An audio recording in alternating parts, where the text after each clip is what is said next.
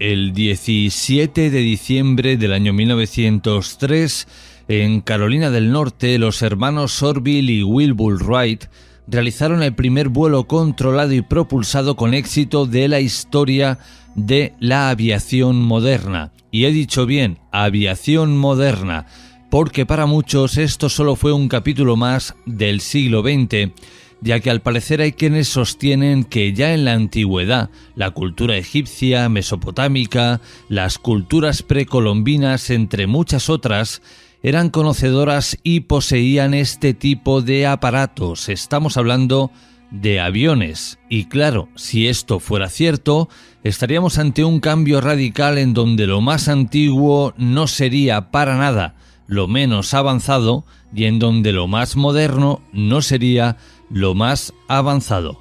Pues de todo esto vamos a hablar a continuación con nuestro buen amigo Iván Castro Palacios. Iván Castro, bienvenido, ¿cómo estás? Hola Jorge, bien hallado. Muchísimas gracias por tu invitación al programa, como siempre, muy agradecido. Hoy en día, Iván, pensar en civilizaciones antiguas es creer que eran personas que no estaban muy avanzadas, que no tenían mucha tecnología, pero sin embargo con el tema que tratamos a continuación, aviones en la antigüedad, podríamos decir que estábamos totalmente equivocados. Uh-huh. Así es. Como bien exponías al principio, nosotros, pues tenemos la creencia acertada, ¿no? En mayor medida, de que obviamente en la época actual los hermanos Wright fueron los que realmente llegaron a conquistar el cielo por primera vez, ¿no? Y hacían realidad, digamos que el primer vuelo. Sin embargo, ya si casi retrocedemos 1000 años antes, ya hubo otra persona, por ejemplo, este famoso aviador de Ronda, un poquito más en la época musulmana, ¿no? Abbas Firnas, que realmente fue el hombre que pudo realizar el primer vuelo, si es cierto que no de manera totalmente controlada, solo controlaba su aeronave, digamos que en un eje y no en los dos, para que nos entienda la gente, digamos que se echó a volar y logró volar con un artefacto casero que inventó él, una especie de alas, pero sin embargo no tenía timón de cola para direccionarse. Pero sí, hace 1000 años antes de los hermanos Wright, ya este hombre conseguía volar. Pero esta noche vamos a ir incluso muchísimo más atrás. Vamos a viajar al antiguo Egipto, vamos a viajar a esa parte de la historia de la América precolombina. ¿Y por qué? Bueno, la gente dirá, esto no tiene nada que ver con aeronaves y ya están hablando de otro tema. Pues no, vamos a hablar de aeronaves, de aviones y de surcar los cielos. Os invito ahora a viajar a Egipto primero y en un museo del Cairo hay un pequeño artefacto de madera, es un modelo de madera que, bueno, a priori nadie tiene dudas sobre él. Lo que se distingue a simple vista es un modelo con unas alas, tiene una deriva, tiene una cola, su plano es con deriva, tiene una cola al estilo de los aviones actuales, es un artefacto sólido, es voluminoso y parece recrear algún tipo de aeronave que hayan podido inventar o crear en la antigüedad. El cuerpo tiene una longitud de menos de 15 centímetros, tiene una envergadura de 18 centímetros y es curioso porque fue construido con madera de sicómoro. La madera de sicómoro es un tipo de madera que es muy ligera. Entonces, cuando uno lanza ese objeto al aire, pues vuela incluso una distancia corta, pero la vuela, es decir, surca el aire, ¿no? Al fin y al cabo está creando una especie de sustentación.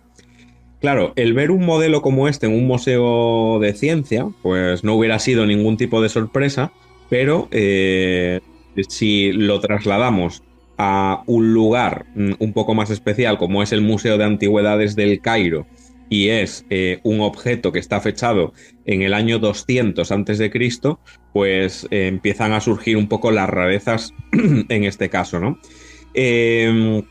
La pieza es una pieza muy, muy antigua, es un poco ya un desafío, quizá, a nuestra historia tecnológica y ha resultado ser uno de los numerosos enigmas que hay sobre la mesa a la hora de plantearse qué tipo de conocimientos científicos y de ingeniería tenían nuestros antepasados. Ahora viajamos, por ejemplo, al año 1898. Ya ese año, que es exactamente 5 años antes de que los hermanos Wright llevaran a cabo ese primer y exitoso vuelo a motor que tú has comentado al principio, en el encabezamiento, pues en ese año, en 1898, se encuentra este modelo que estoy hablando de madera en una tumba en una ciudad egipcia, en la antigua ciudad egipcia de Saqqara. Nadie, al principio, cuando eso se rescata, nadie lo relaciona con la idea del vuelo artificial. De hecho, ese objeto es almacenado en una caja que contenía más objetos que eran figuras de pájaros, por ejemplo, y ahí se queda. Sin embargo, en 1969, el doctor Khalil Messiah lo redescubre de alguna manera y queda bastante asombrado porque en principio nada más sacarlo de la caja, la semejanza que a él le produce es a la de un avión moderno, ¿no? Se reúne un comité de arqueólogos expertos, de ingenieros aeronáuticos y comienzan a estudiar el modelo. ¿Qué destacan? Destacan el arco de las alas que tiene, destacan también la inclinación hacia abajo en los extremos de las alas. Hay muchos aviones diseñados con las alas con las puntas hacia abajo, por ejemplo, hoy en día también. Eso le proporciona a una aeronave, por ejemplo, muchísima más estabilidad en vuelo. Y llegan a la conclusión de que era un modelo que los egipcios habían hecho a escala de un avión de tamaño normal. De hecho, se empiezan a hacer una serie de cálculos en base a este pequeño modelo de menos de 15 centímetros y se llega a averiguar que podría tener una capacidad de carga de un motor, podría soportar un motor, podría tener una velocidad de entre unos 65 y 100 kilómetros por hora. Y además, vuelvo a resaltar que era muy curiosa la forma de las alas y sus proporciones. Las alas estaban invertidas, es lo que se llama, pues en ingeniería aeronáutica, un ala reverse diedral y es, para que os hagáis una idea, un ala tipo como la que utilizaba el Concorde, ¿vale? Ese avión supersónico que el pico, el morro del avión se subía y se bajaba y asemejaba a un pájaro, ¿no? ¿Esto qué le daría? Le daría pues muchísima capacidad de vuelo. Debía de tratarse, además, según ellos, de un planeador motorizado con motor. ¿Por qué? Porque podría estar impulsado por un motor montado en la parte trasera, lo que es la cola del avión, y es curioso porque la cola del avión, sin embargo, aparece rota, la cola de ese objeto. Es claro, es importante lo que resalta este comité de expertos. Los egipcios hacían modelos en escala o a escala de todo prácticamente lo que ellos proyectaban y todo lo que construían posteriormente. Es decir, si idearon este pequeño modelo a escala de un posible avión en forma de pájaro, pues es muy probable que lo hubieran construido. El comité, además de expertos, estaba pues súper convencido de la importancia de este hallazgo y pues descansa hoy en día en el Museo del Cairo, una zona bastante privilegiada además, ¿no? Y no solo este objeto, Jorge, sino que además se encontraron una docena más de planeadores muy similares a los que estos expertos tenían entre manos. Claro, la pregunta es si realmente se trataban de verdaderas réplicas de aeronaves en tiempos antiguos, ¿no? Si seguimos en Egipto, nos vamos ahora al famoso templo de Ábidos y, bueno, allí nunca ha habido restos de aviones ni de partes de aviones, no se ha encontrado nada en ese sentido en las ruinas de Egipto en general, pero hay unas esculturas bastante enigmáticas que están en este templo, ¿no? Podría demostrar que sí hubo una existencia de este tipo de aeronaves. Este templo, el templo de Ábidos, está a orillas del río Nilo, está aproximadamente a 100 millas de distancia de Luxor, de esta urbe egipcia, ¿no? Y ese templo data del año 3150 a.C. Lo construyó el faraón Seti I y además era un templo que se creía que era sagradísimo para los ángeles caídos de Osiris, que bueno, es bastante significativo el tema de los ángeles caídos, puesto que estamos hablando de supuestas aeronaves, ¿no? Dentro de este tema. Y parece ser que Seti I, según cuenta la historia, bueno, pues fue un faraón que fue asesinado por su hermano, que era supuestamente otro dios, que era Tifón, y luego pues puso su cuerpo o esparció su cuerpo a lo largo de todo Egipto, ¿no? Esta es un poco la historia resumida de este templo. Pero en 1948, en un panel de una pared del templo, se fotografían un determinado grupo de imágenes en relieve. Parece ser que a priori asemejaban a una serie de aviones modernos, a una serie de helicópteros militares tipo Apache, Black Hawk, de estas aeronaves de guerra. Y claro, en un primer momento se interpretaron como que podrían ser aviones, podrían ser una especie de platillos, aparecían en otro tipo de jeroglíficos, ¿no? Vamos a llamarlos en relieve en las paredes. Y los expertos hablaban incluso con la palabra de aerodeslizadores. Sin embargo, se observa también no solo aeronaves, sino que incluso se observa una especie de barco. Sería similar a lo que podríamos entender hoy en día como un yate de lujo de la era moderna. Y claro, cuando estas fotos salen por primera vez a la opinión pública, pues, bueno, hubo fuentes que dijeron que podrían haber sido alteradas digitalmente para darle un poco más de sensacionalismo al tema. Luego parece ser que eran supuestamente, según otros expertos, tallas superpuestas, es decir, en un lenguaje técnico se le llama tallas que son palpiste, a ver si me sale la palabra, palimpsestos extraños, es decir, que eran tallas superpuestas. ¿Qué es esto? Son dibujos unos encima de otros, ¿no? Parece ser que plasmas un jeroglífico en relieve y luego pones otro encima, pues más tarde en el tiempo. Y bueno, la casualidad dio una imagen que asemejaba a un helicóptero, a un barco. No sé, Jorge, yo pienso que sería mucha casualidad, ¿no? Que asemejara perfectamente esa imagen tan precisa a un helicóptero militar. Es muy curioso además que hayan puesto jeroglíficos encima de otras imágenes sin borrar o sin tratar de tachar lo anterior, porque al final se confunde. Habría que ponerse dentro de su mentalidad hace pues casi 3000 años y pensar un poco como pensaban ellos. A mí me resulta extraño, ¿no? Que sea una imagen encima de otra, pero al final ha quedado un poco esa idea, ¿no? Hoy en día.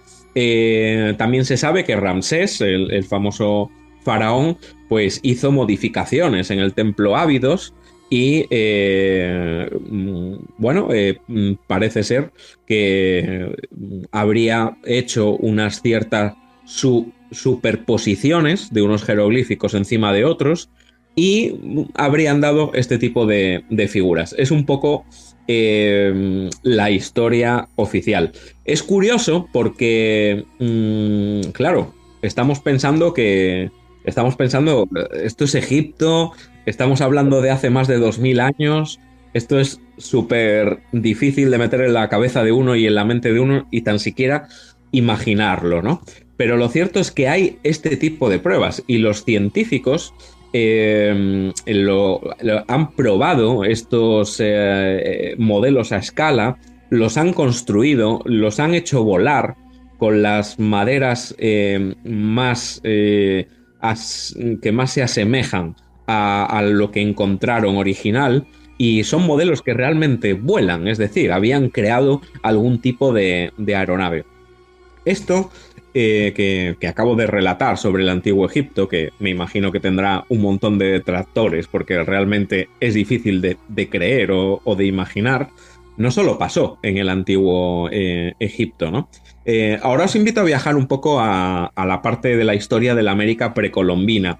Hay una serie de vídeos en YouTube donde hay una serie de documentales que se llaman Aviones en el Antiguo Egipto y recrean muy bien lo que acabo de contar sobre Egipto, porque recrean los modelos que supuestamente se encontraron y fueron realmente modelos que llegaron a volar y que los ingenieros los pusieron a volar sin ningún tipo de modificación, simplemente copiando lo que ellos habían encontrado.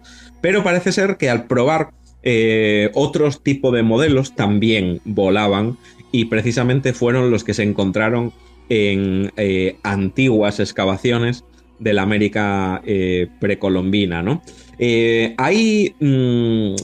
Bueno, este caso sí es cierto que se rodea de un escepticismo bastante grande, ¿no? Y pensar en antiguas aeronaves o antiguos astronautas, pues es una idea muy chocante. Sin embargo, hoy en día, como bien comentabas también al principio, no sabemos realmente a ciencia cierta cómo se crearon las pirámides, cómo las construyeron, cómo las diseñaron. Era una tecnología extremadamente avanzada y es difícil de entender a día de hoy cómo han creado ese tipo de construcciones sin una ayuda tecnológica bastante avanzada. Hoy en día no somos capaces, con la tecnología actual, de replicar ciertas cosas.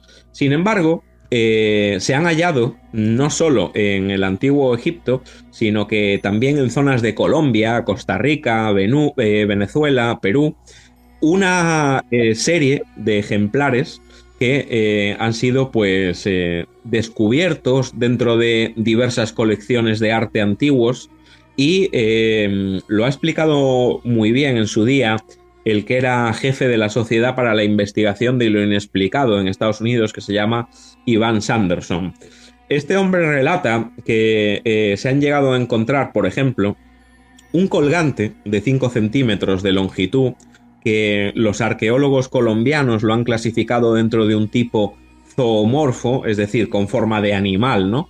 Y sin embargo se parece mucho más a un caza de combate actual, un avión militar actual de reacción y con alas en forma de delta, como los que vemos hoy en día prácticamente, que se asemeja más a eso que a cualquier tipo de animal o pájaro, ¿no? Además tiene una especie de apéndices triangulares que se parecen muchísimo a las alas de varios tipos de aviones modernos, aviones supersónicos, y que tienen una cola pequeña, una cola vertical, y además tienen un plano de deriva.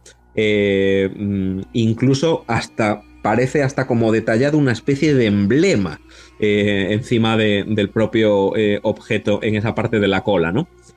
Hay expertos que hablan de que podría ser una clase de polilla representada, pertenecería al grupo de los esfíngidos, y comúnmente dentro del mundo natural se les suele llamar avioncitos, ¿no?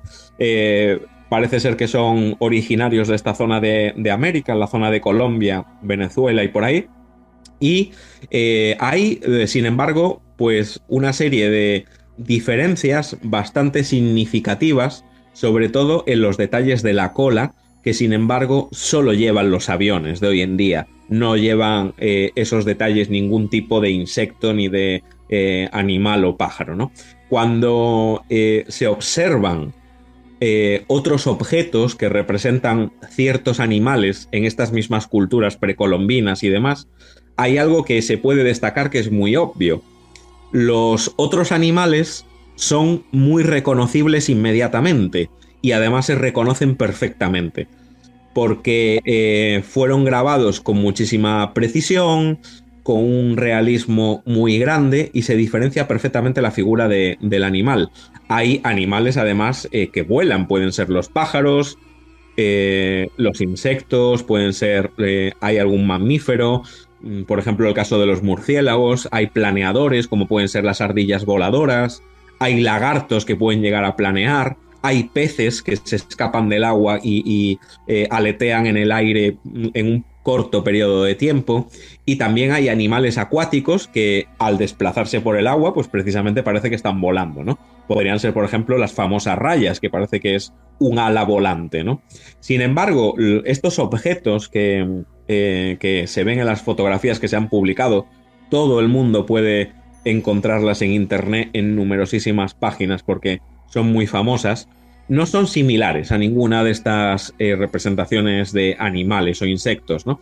Ni siquiera, además, parece que podrían tener ciertas aletas, parece que explícitamente lo que tienen son motivos mecánicos, es decir, partes mecánicas que podrían llegar a moverse, y hay estructuras que se ven delante de la cola que además parece lo que hoy llamaríamos elevones.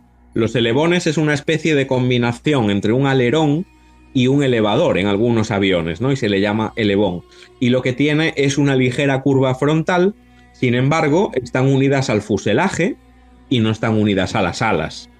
Hay también más partes que se pueden diferenciar, que se parecen como a las partes de un avión, de un aeroplano, de una aeronave, que son como esa especie de aletas de un pez, y se supone que las dos espirales que se observan en las alas serían pues una versión estilizada, por ejemplo, de los ojos de una raya. Pero, claro, sin embargo, si está representando a una raya, ¿qué representan, por ejemplo, los dos objetos globulares que están en la propia cabeza de ese objeto? Es difícil de identificar como un animal. De hecho, además, las espirales en las alas tienen también sus copias en la nariz del objeto, por ejemplo. Sin embargo, están marcadas en dirección opuesta.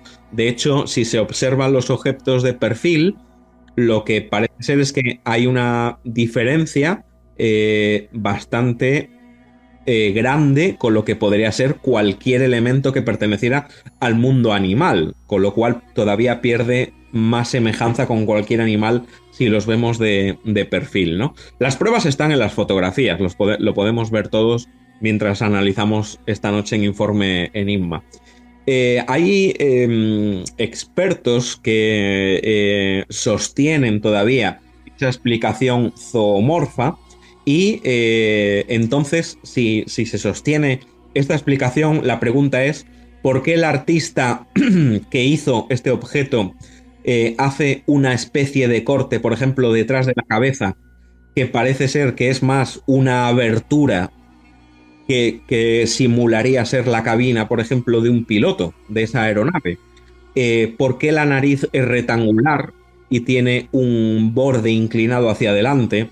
Tiene ojos a cada lado, si en los peces, por ejemplo, están cercanos a una línea media que está ubicada en el centro del cuerpo del pez y los ojos están alejados de la parte frontal de la cabeza. ¿Por qué esos rebordes que son semicirculares dentro del corte, por qué existen detrás de la cabeza? En fin, y además parece ser que también se observa una especie de rueda debajo de la cabeza. Todo esto no tiene ningún tipo de sentido a la hora de aplicarlo a la teoría zoomorfa, ¿no?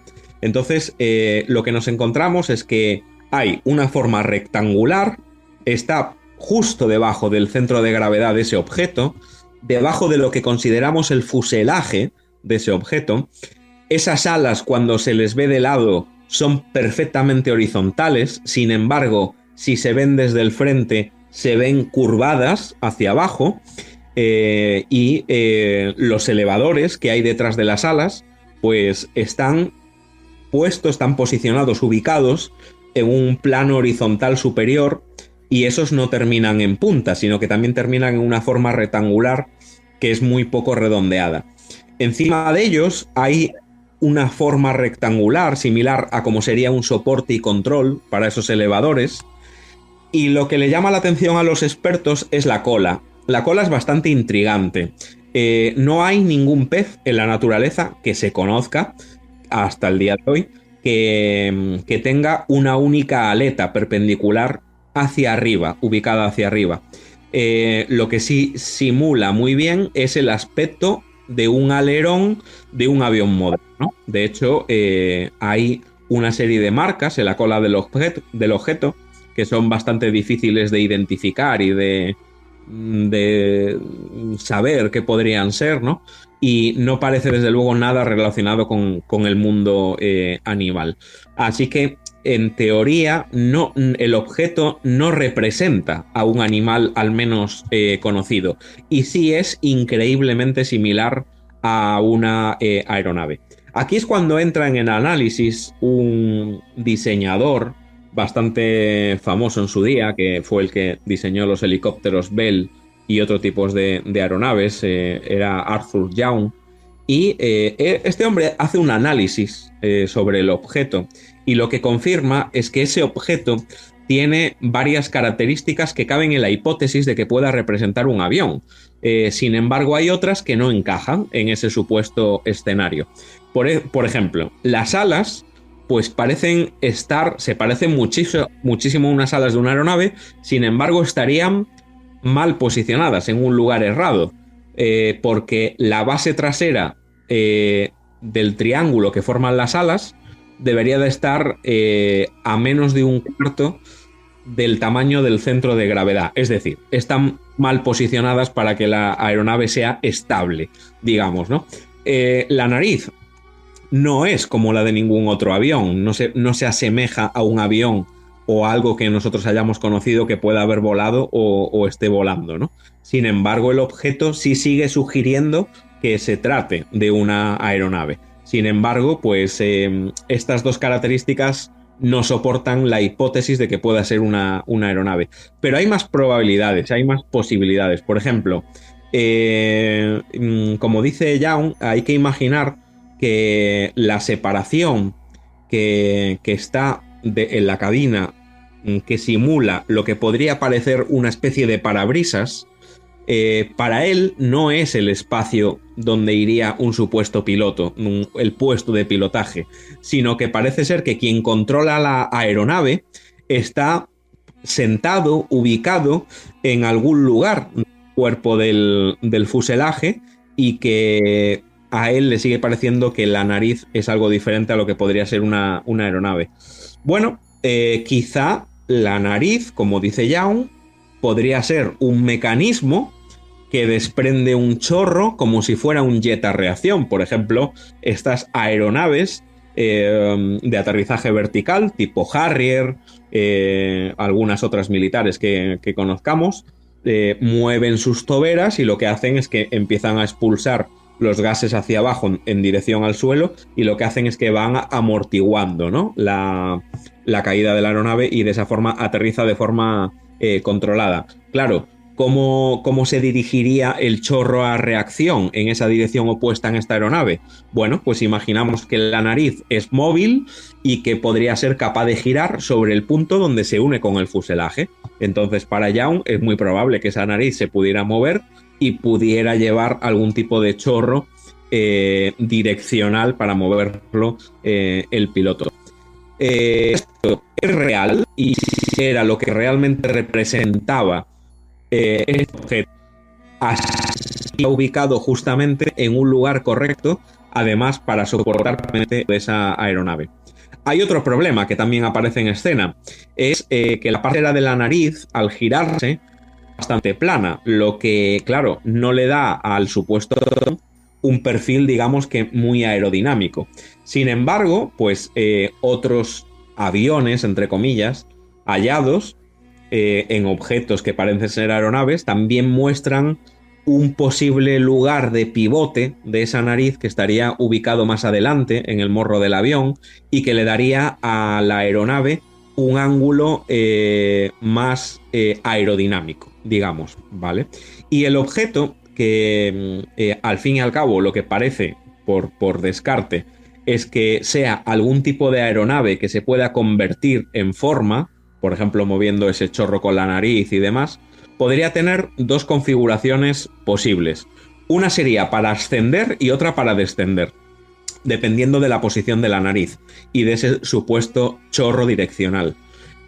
Claro, siguen sin descifrarse qué podrían significar esas espirales en las alas y en la nariz, y parece ser que la posición de la nariz pues no sería la primera vez que se intuye en algún tipo de objeto, porque, por ejemplo, dentro de la iconografía amerindia, parece ser que se han hallado ya objetos que llevan esas espirales.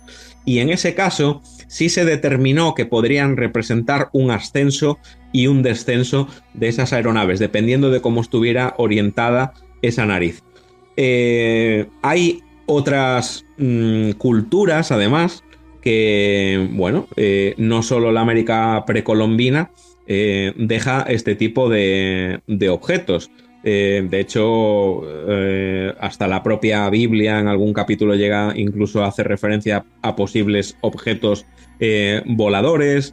Está también el libro de Enoch, que es esa versión eslava de la propia Biblia prácticamente, donde se describe una especie de vuelo aéreo y además hacia un espacio exterior. Ese famoso Enoch pasa varios días en una supuesta nave voladora, y cuando vuelve a la Tierra, según ese libro, han pasado ya varios siglos.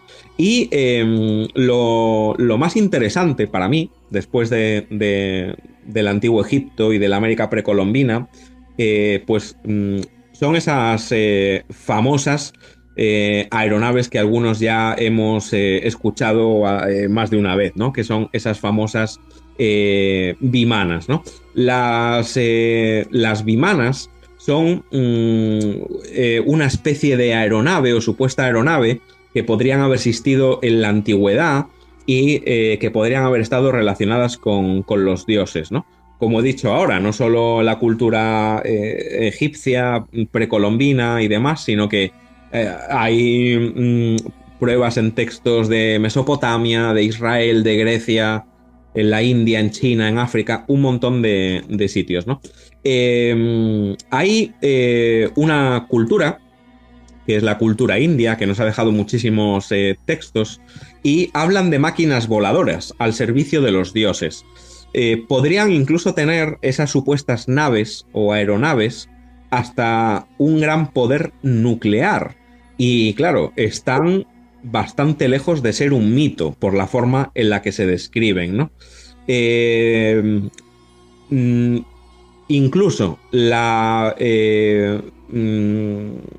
civilización, por decirlo de alguna manera, esa antigua civilización ya de la Atlántida, esa mítica civilización que supuestamente está desaparecida, la civilización sumeria, ya en los escritos que se dejan hablando de este tipo de civilizaciones, hay ya apelaciones a avances tecnológicos y que podrían ser anteriores a miles de años antes de Cristo. Se habla, incluso en este tipo de textos, de cierto poderío militar que pertenecería a una supuesta isla que estaría desaparecida bajo las aguas del Mediterráneo, y no sabemos si esa existencia hace referencia a la propia Atlántida, a esa población sumeria desaparecida en su momento. Sin embargo, sabemos muchas cosas gracias a un ingeniero español que se llama Paulino Zamarro, que estuvo investigando todo el tema de la Atlántida, llegó a la conclusión de que esto no era una leyenda, y, por ejemplo, él dice que la Atlántida fue una gran isla que estaba en el centro y centro del mar Egeo y quedó sumergida en el Mediterráneo a causa de un gran tsunami. Por ejemplo, habla del origen sumerio también, hoy las tierras de Irak y toda esa zona, que podría ser un pueblo autóctono del sur de la antigua Mesopotamia, o que podría proceder de regiones vecinas, como el norte o el este de Irán. Pero se ha metido más profundamente en un análisis científico, y lo que dice es que quizá ambas civilizaciones, la Sumeria y la Atlántida, podrían tener relación con ciertas culturas que habrían venido de otras partes del sistema solar. Se habla de adelantos tecnológicos, de armamento nuclear, de la famosa cultura Anunnaki, de deidades sumerias, acadias, que salen en los famosos textos de este tipo de culturas, en los textos Anuna, en los textos Igigi, salen dioses menores representados, en fin, un sinfín de apelaciones a supuestas culturas que podrían provenir de otro tipo del sistema solar, de otro sitio, ¿no? De otro lugar fuera de nuestro sistema solar, de otro lugar dentro de nuestro sistema solar, quién sabe. En referencia a esas vimanas que comentaba al principio, pues hay en el famoso poema épico hindú por excelencia, el Mahabharata, que data del 4000 a.C., habla de una especie de máquinas voladoras fantásticas que son usadas por los dioses como carros de los dioses, se les cita como carros del sol, se les cita como pájaros mecánicos, y parece ser que este tipo de vehículos, que están descritos con gran detalle, pues fueron analizados profundamente después de haber sido presenciados por algunos escribas en la India, y gracias a eso se documentaron perfectamente. Claro, por ejemplo, a lo largo de la historia, un poco posterior a la llegada de nuestro Mesías, por ejemplo, para la religión cristiana, estos textos hindús ya iban siendo desacreditados, ¿no? Porque, claro, imaginarse todo esto de una cultura antigua y demás era bastante difícil de creer, ¿no? Según estos escribas, lo que analizaban era una especie de carros voladores que parece ser como si estuvieran describiendo a ovnis, a aviones en tiempos muy primitivos, y eran unos carros voladores que llevaban a los dioses, a dioses que además se han descrito perfectamente en otros textos como bajando de supuestos platillos voladores, o como portando a determinados seres alienígenas avanzados, que serían otro tipo de dioses, a través del cielo. Hay poemas hindúes que hablan incluso de un holocausto nuclear. Habría habido unas determinadas batallas. En esas batallas en los cielos, las vimanas, estas naves antiguas, podrían haber jugado un papel muy importante. Y en estos textos sagrados hindúes, pues se hacen muchísimas referencias, sobre todo a la energía atómica, cuando realmente esto hace miles de años no se habría descubierto ni por asomo. Dice literalmente uno de los textos: era un solo proyectil cargado con toda la fuerza del universo, una columna incandescente de humo y llamas, brillante como 10.000 soles. Se elevó en todo su esplendor. Era un arma desconocida, un relámpago de hierro, un gigantesco mensaje de muerte que redujo a cenizas a toda la raza de los briskis y de los andakas. Los cadáveres quedaron tan quemados que no se podían reconocer. Se les cayeron el pelo, las uñas, los cacharros se rompieron sin motivo y los pájaros se volvieron blancos. Al cabo de pocas horas, todos los alimentos estaban infectados. Para escapar de ese fuego, los soldados se arrojaban a los ríos para lavarse en ellos y para lavar sus equipos. Y más adelante dice: vientos de malos auspicios llegaron a soplar. El sol parecía darse la vuelta. El universo, abrasado de calor, parecía tener fiebre. Elefantes y otras criaturas de la tierra, abrasados por aquella energía de aquella arma, huyeron corriendo. Las mismas aguas, al calentarse, las criaturas que vivían en ese elemento empezaron a arder por sí mismas. Y termina: hostiles guerreros caían como árboles quemados en un fuego furioso. Enormes elefantes quemados por esa arma caían por tierra, lanzando terribles gritos. Otros, abrasados por el fuego, corrían de acá para allá, mientras en medio de un incendio de un bosque, los corceles, los carros también quemados por la energía de esa arma, parecían como copas de árboles quemados en un incendio de un bosque. Claro, claramente, Jorge, lo que estamos casi leyendo es como si fuera una versión antigua de la propia bomba atómica de Hiroshima o de Nagasaki. Estamos realmente viviendo un episodio así relatado a la antigua usanza, ¿no? Es curioso que en el año 1992, en una zona de India que se llama Rajasthan, fue hallada en tierra una capa enorme de cenizas radioactivas que cubrían un área de 8 kilómetros cuadrados aproximadamente. Los científicos se fueron a investigar este lugar, ya que es bastante famoso, desgraciadamente, porque tiene bastantes problemas en la zona de mortalidad infantil y hasta ahora tenía un origen desconocido. Lo que sí tiene también son altas tasas de cáncer en la población. Y además, curiosamente, los niveles de radiación en la zona son extremadamente altos y esa región, al final, según las autoridades indias, llegaron a la conclusión de que había de acordonarla y empezar excavaciones para saber si realmente había algo ahí. En 1992 se descubre esa capa de cenizas radiactivas, ¿no? Hay en el Mahabharata un texto también que dice: impulsados por alas de relámpago, era una nave que se elevaba en el aire, volaba a las regiones solares y estelares. Rugen al arrancar hacia el cielo, relatan esos libros. Una carroza que se asemeja al sol, esa carroza aérea y excelente, va a cualquier lado a voluntad. Se asemeja a una nube de luz en el cielo. El rey entraba y la excelente carroza se levantaba hacia la atmósfera superior. Jorge, podemos hablar de ciencia ficción, podemos hablar de alguna visita extraterrestre hace siglos y siglos atrás en la historia, podemos hablar de mitos, podemos afirmar que esto es una realidad. Hay muchísimas hipótesis, sobre todo en el universo que rodea toda la historia de esas aeronaves ancestrales, de esas aeronaves en la antigüedad, etc.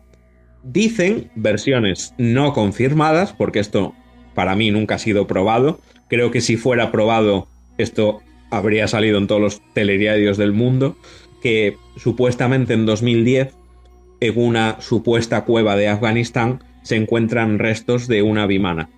No podemos decir que esto es verdad, no podemos afirmar que esto es mentira, porque realmente no hay pruebas ni de sí ni de no. Pero lo cierto es que estas culturas tenían una capacidad infinita tecnológica. No sabemos de dónde la sacaron, de dónde la obtuvieron o quién se la trajo, pero lo cierto es que hay muchísimas pruebas que están más que demostradas que las aeronaves existían o que algún tipo de aeronave existía en la antigüedad. Tú has puesto sobre la mesa algunos ejemplos de culturas antiguas que al parecer tenían este tipo de aeronaves, pero no hace falta que nos vayamos tan lejos. A ver, está lejos, pero no tanto como las pirámides, por ejemplo. Estamos hablando del siglo XV con Leonardo da Vinci. Aquí muchos le atribuyen el primer helicóptero de la historia. Exacto. En cuanto a Leonardo da Vinci, se dice que el propio Leonardo fue el que obtuvo los planos de Yves-Firnas, de Abbas Yves-Firnas, este precursor un poco de la aeronáutica que vivió en Ronda y que estuvo pues vivo alrededor del año 800 y pico, y que se dice que Leonardo da Vinci fue el que obtuvo los planos de Abbas Yves-Firnas, porque ya Abbas Yves-Firnas en el año 875 fue cuando se lanzó desde una torre en Córdoba para intentar planear, y lo consiguió, voló con éxito ese planeador en el año 852, no en el año 875. Lo que hizo en el año 875, cuando ya tenía 65 años este hombre, fue ya recubrir esas alas que él había fabricado con una especie de tela de seda y con plumas de aves rapaces y y demás. Y aquella experiencia sí le salió un poco peor. Pero en el año 852 construyó el primer planeador supuestamente de la historia y voló con éxito una corta distancia y fue la primera persona oficialmente en la historia en volar, antes que los hermanos Wright y antes que Leonardo da Vinci. Documentos antiguos que nos hablan de estas aeronaves y de estos viajeros, esculturas que ya nos dibujaban a estos viajeros, jeroglíficos que ya nos indicaban que existían aeronaves y también nos hablaban de estos viajeros, pero yo ahora te pregunto, Iván, ¿se ha encontrado alguno de estos artefactos antiguos? No, no se ha encontrado. Se dice que se han encontrado. Se dice que en el 2010 hubo parte de una expedición americana que podrían haber hallado restos de una bimana. Me suenan ya, sinceramente, o sea, cuando hay que desvelar un misterio se desvela, cuando hay que, digamos que indagar en un misterio se indaga, pero yo creo que cuando hay que desmontar un misterio también se desmonta, ¿no? Suena muy a película, un comando americano entra a una cueva en Afganistán, desaparecen todos cuando encuentran una bimana, pero luego se encuentran sus equipos y en las grabaciones se descubre que esos soldados pues habían encontrado una bimana. Me parece una película de Hollywood, no hay ningún tipo de prueba y lo que se supone es que esta gente habría encontrado un antiguo dispositivo volador, por supuesto, una especie de bimana de al menos unos 5.000 años de antigüedad y, según los expertos que posteriormente pueden analizar esos restos, no sé de dónde sale esta información, pues que pues, aquello tenía incluso pues una especie de un antiguo escudo protector, se extrajo aquella tecnología y al final lo que resultó era que, bueno, habían desaparecido un montón de personas en la operación. Pero, fuera, digamos, de estas elucubraciones, lo cierto es que estos textos, sobre todo el Mahabharata, que es el mayor texto hindú oficial épico, pues lo deja muy claro. Y cuando esto lo trasladamos a la cultura egipcia, a la antigüedad, a la América precolombina en la antigüedad, etcétera, nos encontramos pues en un sinfín de pruebas que coinciden, ¿no?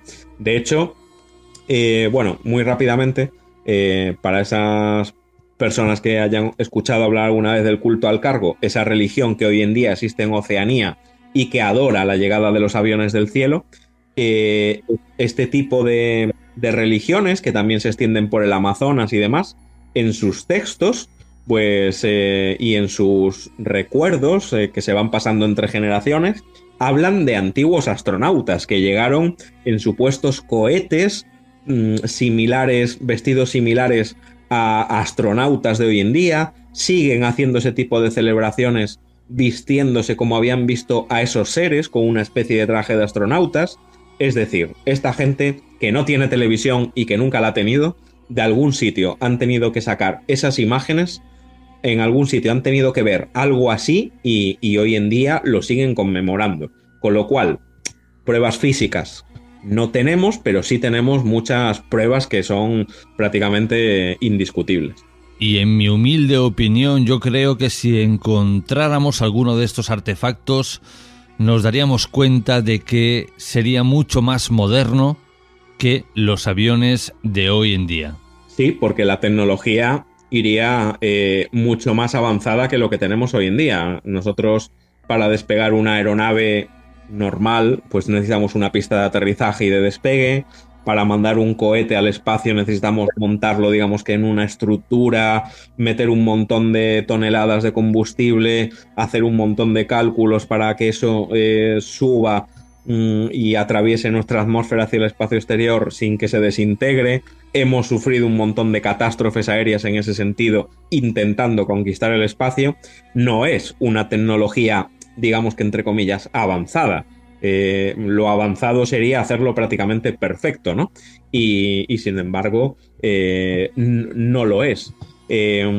Estos textos indios, la palabra vimana la describen literalmente como... sería como, literalmente ellos lo traducen a el palacio de un emperador o un dios montado en un vehículo. Y hoy en día, para los hindúes, la palabra vimana significa directamente avión.